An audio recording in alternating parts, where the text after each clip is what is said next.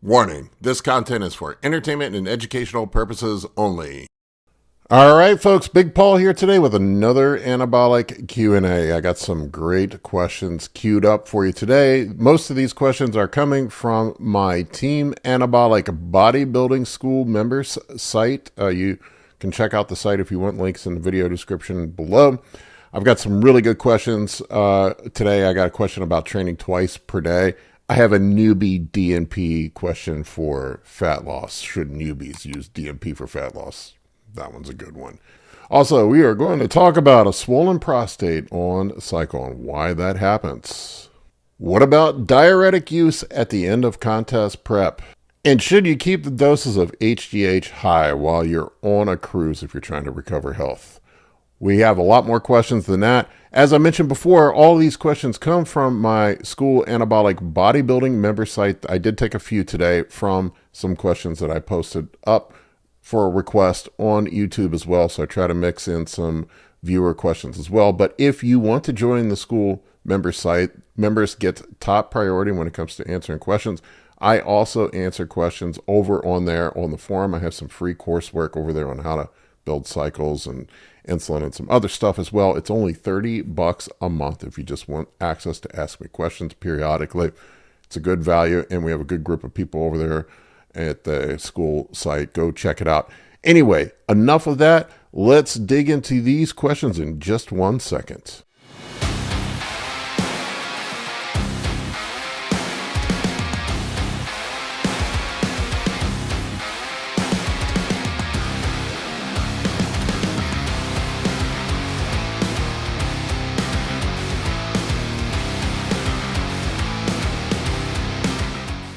All right, first question I have here is from my client, Joe D. Joe asks, is there any advantage to training twice per day in comparison to off-season or prep?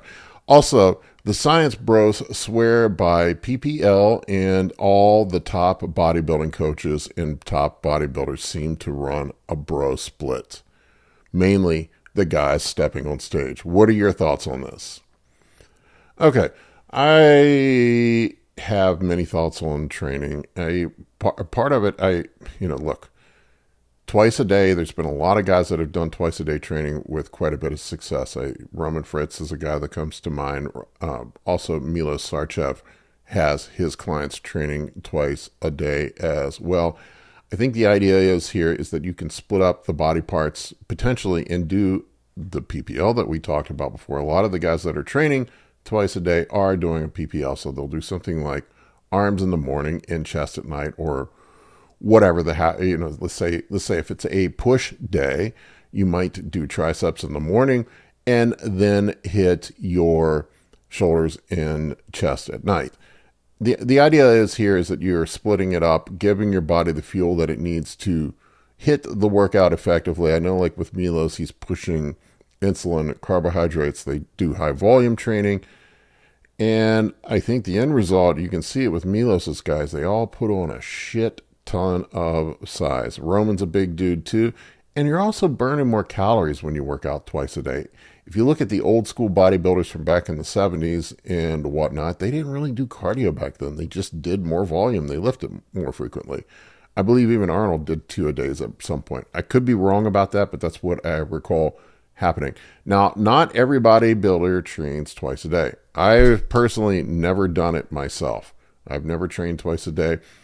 With the exception on contest prep, I will do my cardio and posing in the morning, and then I hit my lift in the evening. Also, another thing to consider with PPL versus bro split, I think PPL is probably a better option for beginner to intermediate bodybuilders. And it also works really well within the concept of the 2-a-days. If you wanted to train twice a day, PPL is a way to do it. What this gives us a distinct advantage in is that you get more frequency in. And there is some science, whether you're into the science of lifting or not, that additional frequency does seem to lend itself to more hypertrophy. The idea is that we get more stimulus, and that stimulus, mechanical tension, is going to lead to a response and an adaptation and to more hypertrophy. I think guys get over concerned about recovery ability and pushing themselves, and they worry about too much about recovery. Usually recovery is not the limiting factor in why guys aren't progressing. Most of the time I find that most dudes just don't work hard enough. That's why they're not progressing. Very few people hit that limit where they have overtrained. I do think it's possible. I've overtrained myself before. You definitely can overtrain. Most often it happens on contest prep when you're in a caloric deficit, you're pushing the cardio hard. And there are situations then when you can severely overtrain yourself and you start going backwards. But you'll know it if you're overextended. So really the idea is here is that with the PPL versus the traditional bro split, is that we are going to push the frequency as much as we can so we have more opportunities to grow between our sessions. If you can hit each body part twice per week in a given period of time, you're going to have double the opportunities to stimulate growth versus the guy who's only training things once a week, in theory. Now, I don't think it translates directly like that. From what I recall in the studies, and I'm just pulling these numbers out of my ass right now, it was something like a 10% increase in hypertrophy versus a once per week routine. Something along those lines. I don't recall exactly. But 10% adds up over time. Now, what I do think happens and why a bro split might make more sense as you progress into being an advanced bodybuilder. The weights climb up. The amount of weights that guys are using to provide stimulus is considerably more. So you are beating your body up more. You just can't take that sort of punishment, training everything twice per week. Also, the attention to detail in bringing up specific muscles and focusing on specific muscles doesn't always lend itself to training twice per week. You have to cut some corners somewhere if you're going to be training everything twice per week.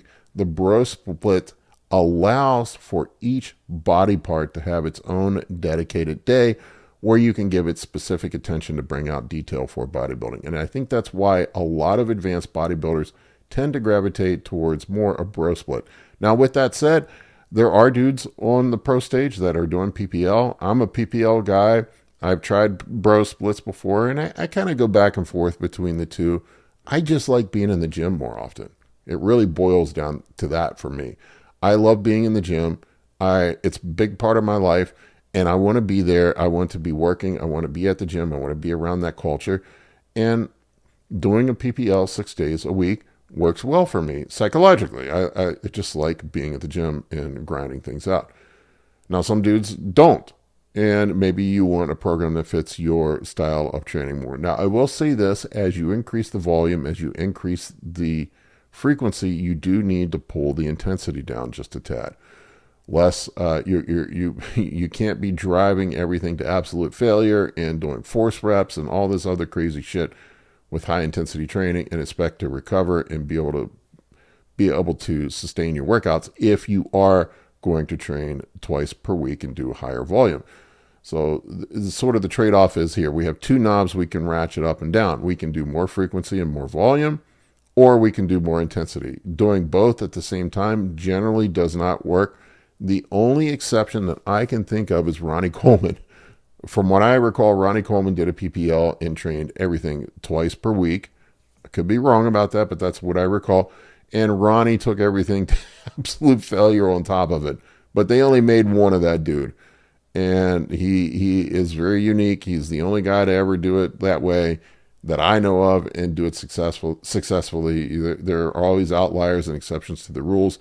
They often aren't the greatest model to follow. But I would say find what works for your body. See what you can recover from. You want to walk up to that line, but not over it.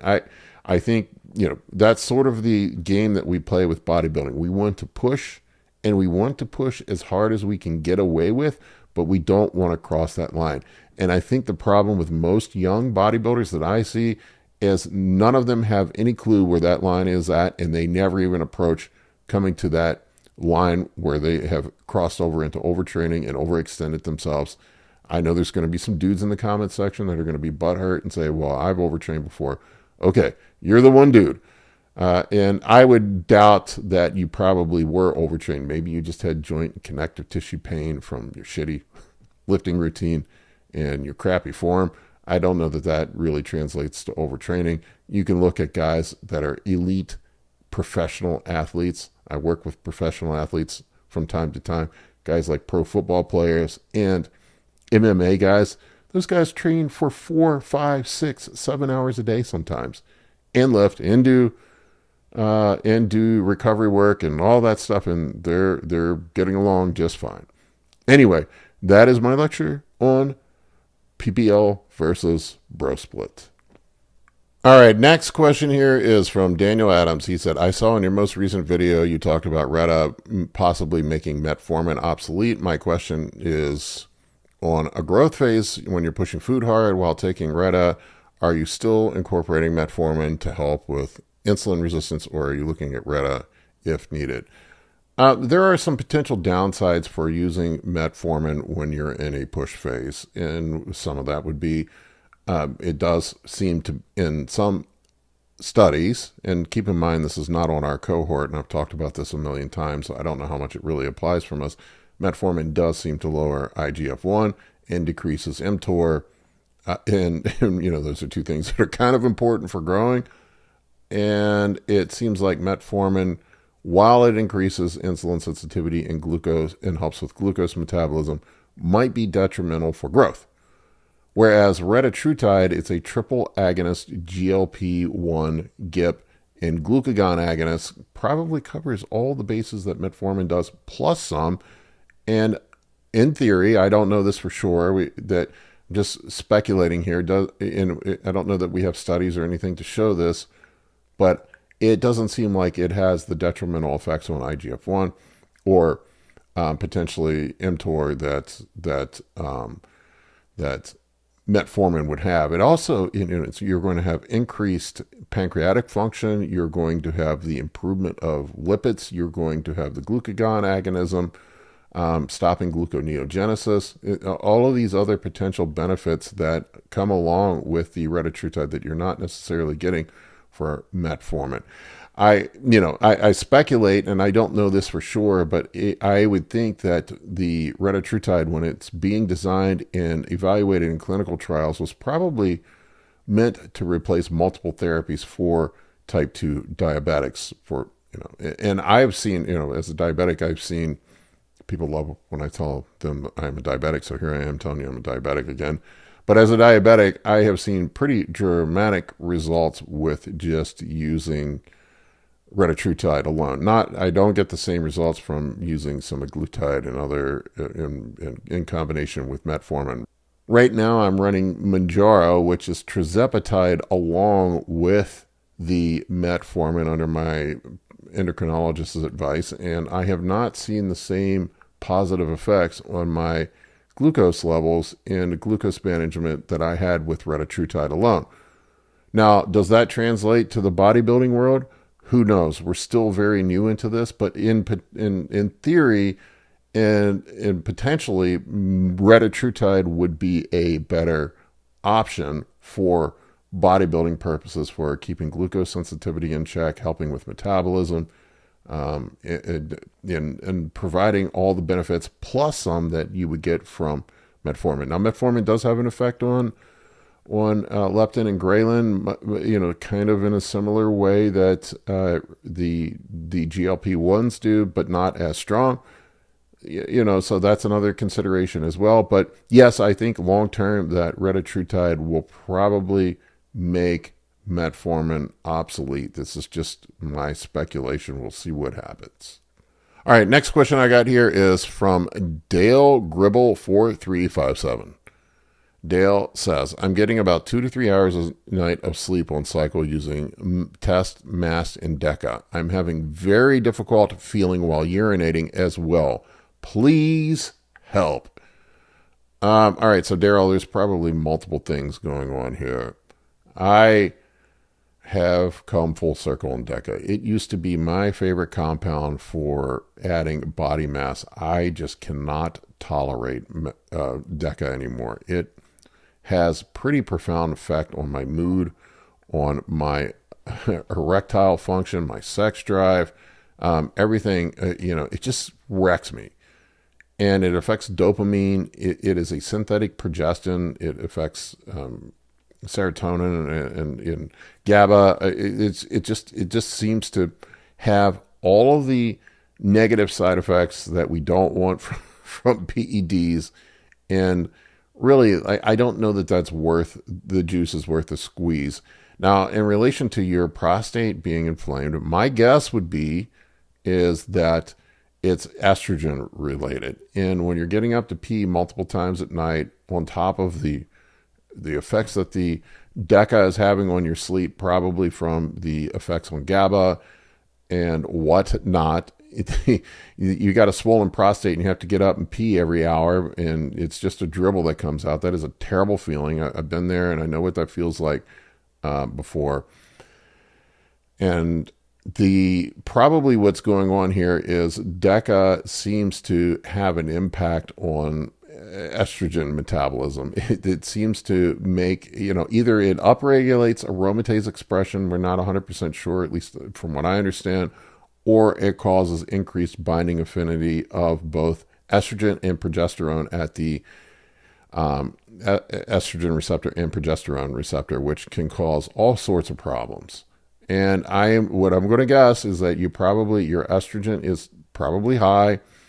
The increased effects of sensitization of the estrogen receptor is probably causing inflammation in the prostate. A lot of times when I do see guys end up with prostatitis, it is often from estrogen being high. And really, it's a balance of DHT, androgens to estrogen that can throw things off. But most often, and I think this is where doctors get this shit wrong all the time, they automatically blame DHT.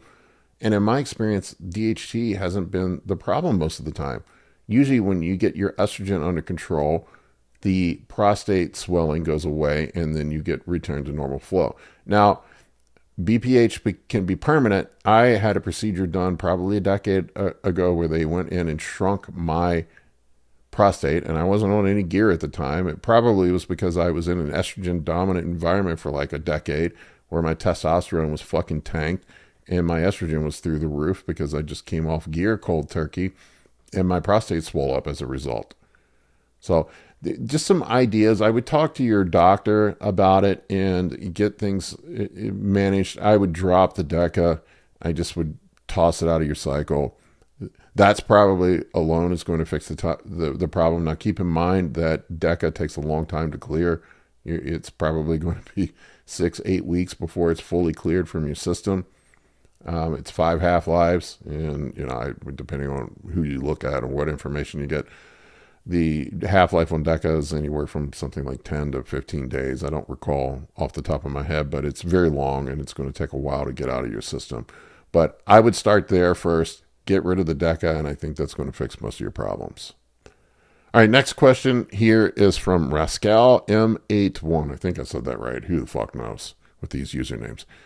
If I go on a cruise to get my health markers back in line, should I also decrease the HGH, or is it okay to keep it the same or to increase it while I'm on cruise? Well, sort of defies the definition of cruise. There's bodybuilding cruise where we kind of are just on a lighter cycle. I wouldn't exactly call increasing your HGH while you're on a break a cruise. Part of the things that we're trying to regulate while we come down to a cruise is we want to let our body have a break, let organ health recover. We really want to get away from the highly anabolic state that we're in when we're on cycle that is causing hypertrophy from all the PEDs, where our body is using up, basically, from what I understand, this is what Dr. Dean St. Mart suggested when I talked to him, is that your body is utilizing its entire stem cell pool for hypertrophy and is taking that away from organ repair and organ health. And I would think, we want to remove or at least lower the growth factors down to just replacement doses. So we allow our body to come down to a baseline and let our organs heal, recover, and remove that extra demand for the stem cell pool for hypertrophy. You're not trying to grow during the cruise phase. You want to take just enough to maintain and not let your body go to shit and let your organs recover. That's really the whole idea during that. And then also there's the issue with insulin sensitivity too. if you're blasting GH at high doses for long periods of time, there does seem to be a decline in insulin sensitivity in some people. Not everybody gets that. I took a break from GH for about 4 months, 5 months. I just started it back up again to help with my recovery from the surgery. I did notice a little bit of decline in body composition. I lost some weight when I came off of it, but I believe overall I noticed an improvement in my glucose sensitivity. My blood sugar levels came down. So there's also that part of it too. But I would say for the most part, for a cruise, you want to come down to just TRT doses and replacement doses with the HGH, something like 4 units or somewhere in that range. 2 to 4 units, 2 to 5 units. I think up to 5 units is really considered a replacement dose. All right, next question is from the Team Anabolic Bodybuilding member site. This is from Eric Shea. He's a big contributor over there. Eric asks, what would you recommend as far as exercises to keep my upper chest full? It always seems to be smaller once I get in prep. I'm doing your advanced push days on chest, but I can't seem to keep it full. Some of it's just genetics, man. The loss of size in fullness on prep a lot of times is glycogen depletion. It's not that you're losing muscle mass. Some guys tend to have just bigger upper chest. Like my pecs are big. I don't really have to do a whole lot to keep my pecs and my shoulders big. They just are just kind of that way. They always have been. Some of it is genetics, but I would say primarily focus your pressing movements on incline movements. And I think a lot of times guys use too steep of an incline on their incline movements, and that results in more front delt dominance. I would also pay attention to when you are doing your incline movements and see if you actually feel it in your upper pecs or if you're feeling it more in your front delts. I used to have an issue with my delts just taking over every exercise, and probably why my delts were just so fucking big. It's because they were dominating everything. I was even getting front delt pumps doing bicep curls. It's how dominant my shoulders are in things. And I would say just pay close attention to your training. Listen to your body. Close your eyes. And this is something I like to do once in a while. It's almost like a meditative state when you're doing the exercise, and really think about where you're feeling it. And I will bet if you're not having great development in any body part, in your case, the upper chest, probably what's going on is some other muscle group is taking over. Either it's your triceps, that's a potential problem. Some guys, their triceps take over on pressing movements. You'll see it in powerlifters all the time where dudes have not very big chests and they have really huge front delts and big ass triceps. And so they're tricep front delt pressers on their pressing movements. I would also incorporate in some sort of incline fly, or you can do low to high on your cable crossovers. I like using cable crossovers, going low to high for upper pec. That's another thing that can help out as well with upper pec development. And I often like to do my cable flies before I do my pressing movement so I can engage and actually feel the muscle. Now, there's some debate whether or not that actually hinders development or not, but it will bring a lot of times your performance down on that pressing movement. But those are just some thoughts that I would try. Next question is from the School Anabolic Bodybuilding member site. Is from Dustin Mariner. I'm sorry, Dustin, if I slaughtered your last name. Does BPC 157 and TB 500 make a noticeable difference in accelerated recovery? Does the injection site have to be just in the general area? Curious about your bicep tendon, elbow, and forearms, etc. How long until it works, and what is an effective dose?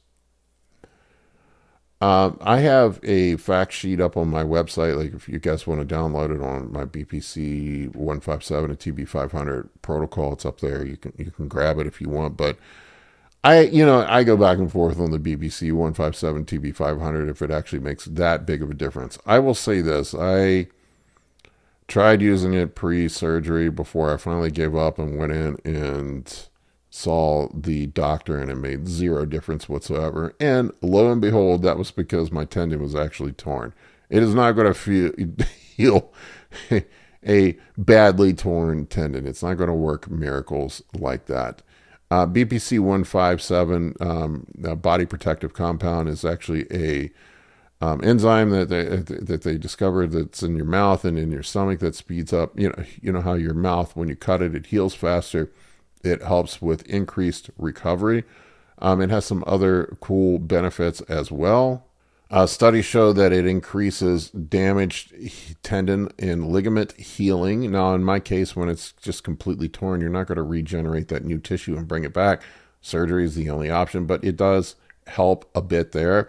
It lowers inflammation. TB500, it probably has a stronger anti-inflammatory effect, in my opinion. I think TB500 is probably better for that.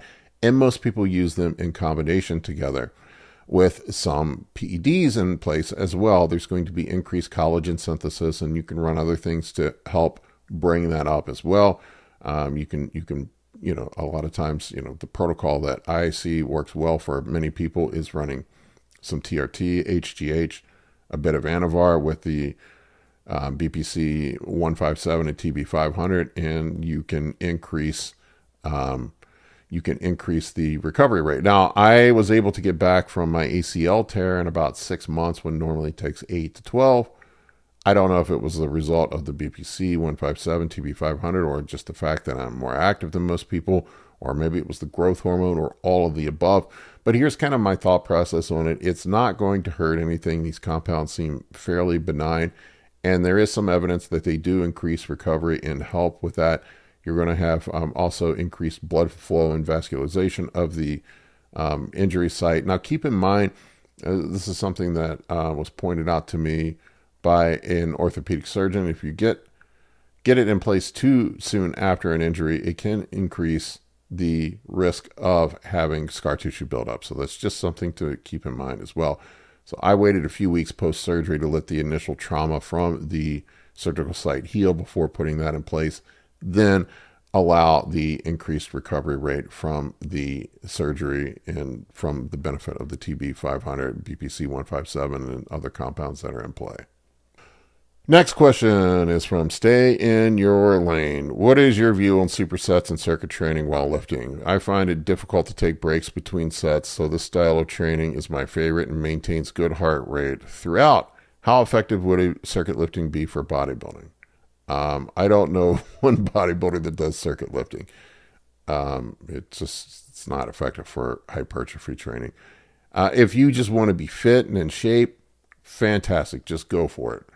I would say, something like, CrossFit is something where you're keeping a brisk pace up while you're working out.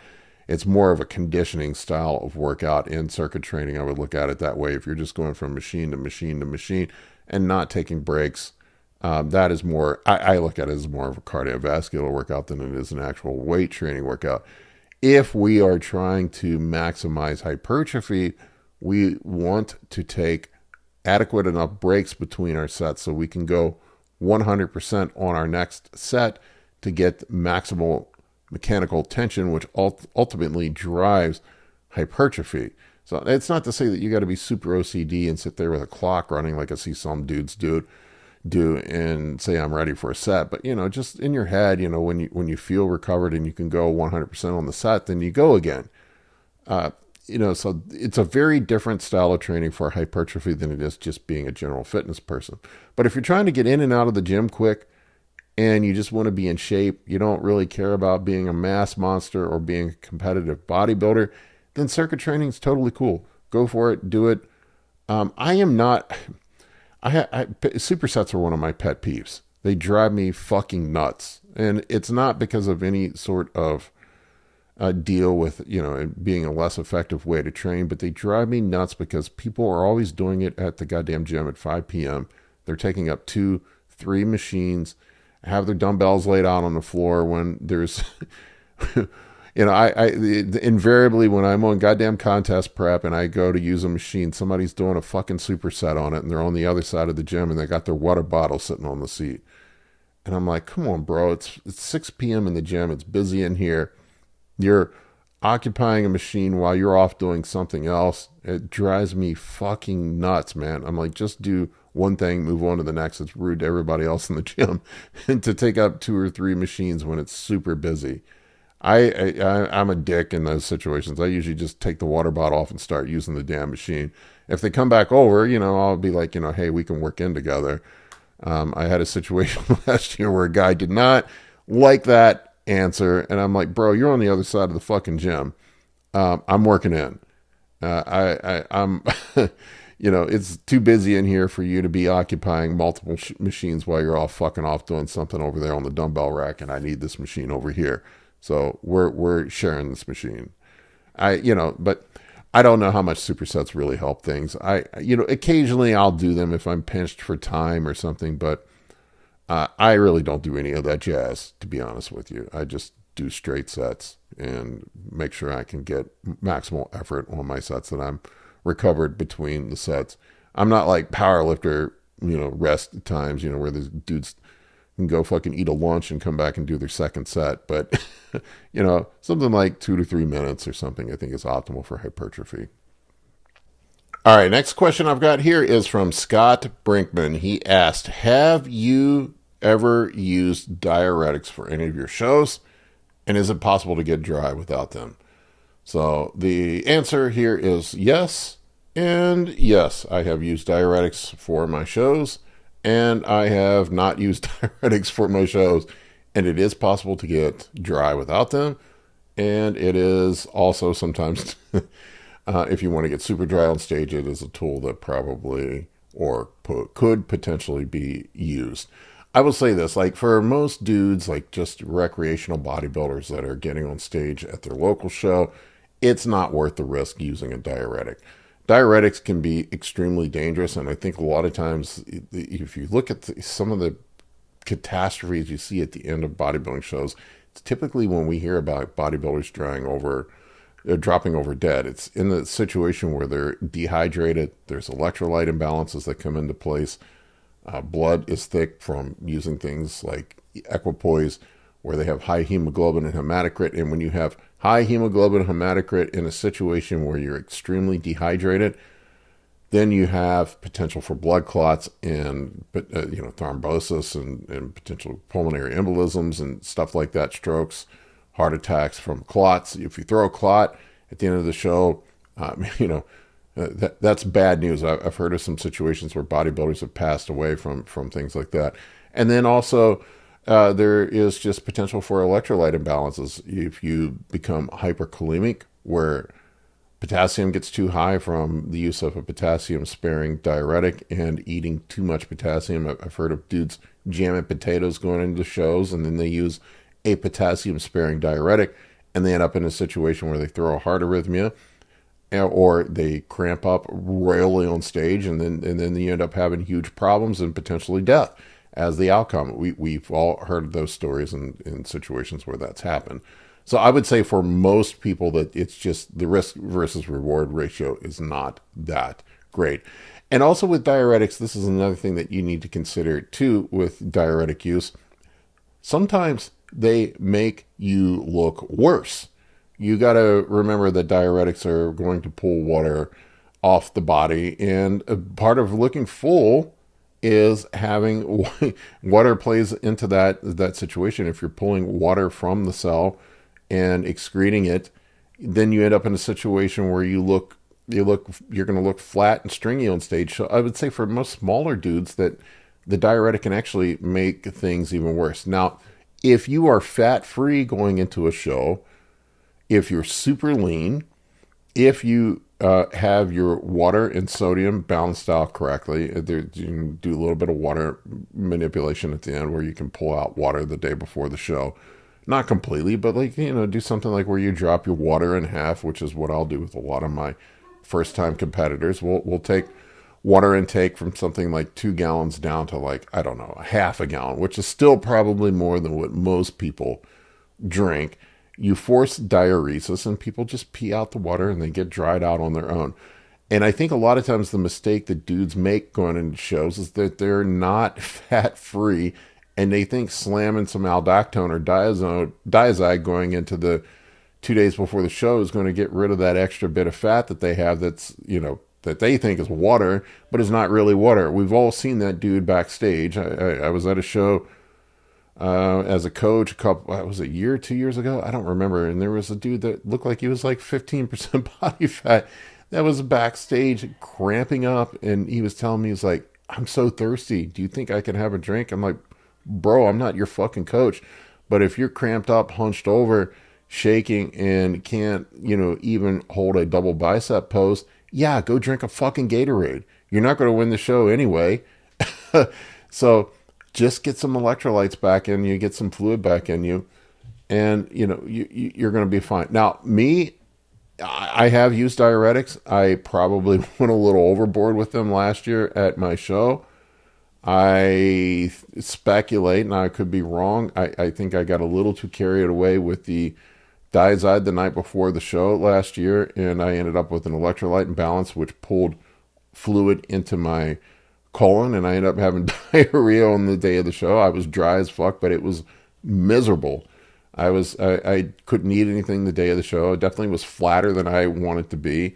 It worked out. I won my pro card, but I don't think it was my best look. I think I looked the best a couple weeks out from the show, where it was nice, full, and big. Having diarrhea the day of the show is less than ideal, so I probably would have used a little less or not used any at all. I was holding some water from the aggressive carb up that we did, and sometimes shit happens. No pun intended. I guess pun intended. Whatever. So I would say yes. Most people can get plenty dry without a diuretic. It is sometimes necessary at the end if you want to get super dry. If you're a person that has, there are some people that have hyperaldosteronism where they retain water. There are other ways to manipulate it though. You can pull out your testosterone early. Sometimes just using over-the-counter diuretics, just some water manipulation can do it. But a lot of times, I would say for most people, it's completely unnecessary. All right, next question is up from Matthew Bolduck, or Bolduck. Sorry, Matt, if I screwed your name up. Typically, how do you adjust your HGH dosing from off-season to pre-contest? Another HGH dosing question. I feel like I get one of these every week. During the off season, I tend to risk pushing the doses a little bit higher on the HGH. During contest prep, here's the issue you run into with HGH is when you're in a caloric deficit, when your estrogen is smashed, and you're pushing things hard, and guys will see this all the time. I get dudes that freak out when they go get their IGF-1 tested and it's low, and they think their HGH is fake when they're on a diet or in a caloric deficit. That has nothing to do with it. It's because your insulin production is lower. All your growth factors, mTOR is going to be lower. Carbohydrates lower. Estrogen levels are going to be lower. So you're not going to have the same IGF-1 conversion that you are going to have in the off season. So really, HGH on contest prep just ends up being an anti-catabolic tool and a really expensive fat burner. Now, if you have the money to burn on it, by all means, run what you need to. But I also like splitting the dosing up on contest prep, whereas I would not do that in the off season. The HGH peaks after a couple hours and stays, elevated for, up to 6 hours. You're going to get the lipotic effects from it in limited windows, so something like 6 to 8 hours. Off the top of my head, don't quote me if that's completely wrong, but that ballpark, that's what it is. So a lot of times I'll split my dose up where I take a dose at night and then a dose in the morning. But the trade-off is that you don't get the high IGF-1 spike, from what I understand, if you do smaller split-up doses. And there's also the risk of increased insulin resistance when you're in the off-season from having HGH present all day long. So long story short, in the off season, it makes more sense to just take a big bolus at night. You're going to have a higher IGF-1 spike, potentially, and you're also going to limit the effects on lipolysis during the day, shifting your body into fat metabolism versus glucose metabolism. So that way you'll keep insulin resistance down a little bit lower. Your blood glucose levels will not be as high if you take the GH all at night versus splitting it up into multiple doses during the day in the off season. So long story short, I usually take a little less GH on contest prep, and I split the doses up, at least probably in 2 doses on contest prep. In the off season, I just take one big bolus at night and push the doses up as high as I can handle. Next question, and it took me a second to figure out this username. I was trying to pronounce it, and I was coming up with all. I'm like, is this I am Iran or something like that? It is I am Iron Man. I'm such an idiot. I figured it out. Here's his question. A gym bod dad transformation. If going from TRT doses of 20 milligrams daily to 40 milligrams daily and adding in Masteron, should Mast be run at 60 milligrams a day daily to bring the anabolic load higher with minimal downsides? Also running 4 to 6 units of HGH alongside of it, taking telmisartan, nebivolol, and ezetimibe for heart health support. So let's do some math here. So that would be taking the test up from 140 a week to 280 a week. And you're talking about potentially going, 420 a week on the Masteron. So you're running the Masteron higher than the testosterone, which is usually what I do on a cutting phase, but I would let your estrogen levels dictate that. I think that's probably a perfectly fine place to start. I would just go by how you feel, see how you feel. I think that's probably a decent place to start.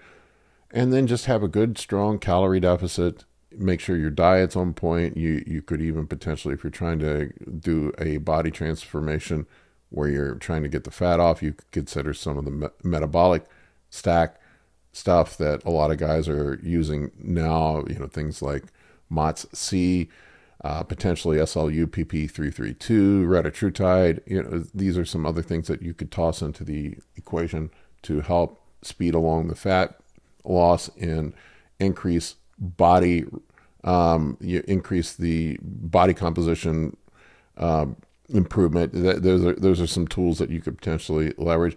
I like just, for me, I tend to change one variable at a time and then see how I respond. Then I'll add in something else and see how I respond. That is sort of my approach to things. But I think that's probably a good place to start. And then if you wanted to throw in something else on top of it, maybe throw in a GLP1 potentially to help with the appetite control and for fat loss purposes. And then you could layer in other stuff if you wanted to. But I would say that that's a pretty good place to start. I like that dose of HGH for just body recomposition. And it's good to pay attention to your heart health. I will say this about ezetimibe. What I find is that as you clean up your diet and you eat a lower fat diet, the ezetimibe doesn't seem to be as effective as it is when your diet is shit.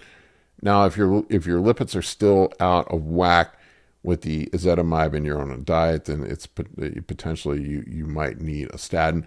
But that's where the retatrutide comes into play. I've seen pretty dramatic improvements on lipids with the retatrutide alone. So that could potentially even eliminate the need for the ezetimibe. Now, I am not a doctor. I'm not giving you medical advice. This is something you would need to discuss with your medical doctor. But I've seen some pretty profound improvements on lipids with the retatrutide in play, and that's something that you could consider as well with your fat loss body transformation stack. All right, I saved the best for last. This is Frankie XG. Frankie said, let's talk DNP, L-carnitine, and body fat percentage, and where to start bodybuilding for a beginner that had to lose 40 pounds of fat. I can't tell if Frankie's being serious here or he's trolling me, a beginner using DNP. All I can do is big LOL on that one. You are fucking crazy if you use DNP. I know that there are people that do it. I am not one of them. DNP is pretty radical when it comes to fat loss. It works, but you could also die. DNP is a thermic uncoupler. It affects how the mitochondrial work and how ATP is produced. It basically, what it does is fucks ATP production up. What it does is it causes a bypass of ATP synthesis in proteins to re-enter the mitochondria without producing ATP, and you have this runaway effect where your body just generates heat as it burns off more glucose and fat to try to make the ATP, And it's just this unlimited process where it just can spin out of fucking control. The electron chain continues to work harder trying to make ADP, burning off fat and glucose, and it just releases heat. And you have this runaway effect where guys can, it's the opposite of hyperthermia, where your body heat will get out of control. I know of a dude personally that I think his temperature was up to like 106, 107, something like that. And he had to go to the hospital, and they covered him with ice packs to keep him from fucking dying from hyperthermia. And there's also the added complexity of, do you actually trust the UGLs to have the dosing correct? There is such a small margin of error with having the correct dose dialed in that the margin from being an effective dose to going to the hospital and potentially dying is so slim. I would never trust a UGL to have that dosed accurately. Now, with you being a newbie guy, just use a calorie deficit. That's all you need. If you wanted to throw in some sort of compound, like I mentioned to the last guy, run some Retatrutide or run a GLP1. Talk to your doctor. Get on a GLP1 if you're struggling with weight loss and you need something that's going to give you a kick in the pants. That would be the way to go. But honestly, most of the time when I have guys come to me and they want to start a fat loss phase, I just try to get the cheap, easy fat loss out of the gate. I just have them do a little bit of cardio. I have them cut their calories a bit, and then we try to get some cheap fat loss and then see what happens. And then you can deploy these other tools as you need to. Now, there's no reason to throw DNP into that equation. You're just gonna add a potential risk in something that's just not even, the juice is not even worth the squeeze. I've never used it. I don't personally, like most of the people that are in my close circle, I don't know of anybody that uses it. I have heard of people using it. I've talked to some people that have used it, but to me, the risk is just not worth the potential reward. And you can get shredded without it. You don't fucking need it. You don't fucking need DNP in there. So don't be a dunderhead bro. I think you're probably trolling me, but maybe I'm wrong. For those of you out there listening, stay away from this stuff. It's just not worth the risk. All right, folks, that's all I got for you on this one. Hopefully you enjoyed this episode of Anabolic Bodybuilding, the Anabolic Q&A. I like doing these every week. Get some really good questions. People had loaded up some fantastic ones this week. I didn't get to everybody's questions, but I will take more next week, and we'll see you on the next episode. Thank you for all your support. I love each and every one of you. See you later. For coaching or consultations, head over to www.anabolicbodybuilding.com to book your spot today. I can help you with optimizing hormones, fat loss, muscle gain, physique, athletic performance, nutrition, and health. For more information, shoot me an email at bigp3rd@gmail.com.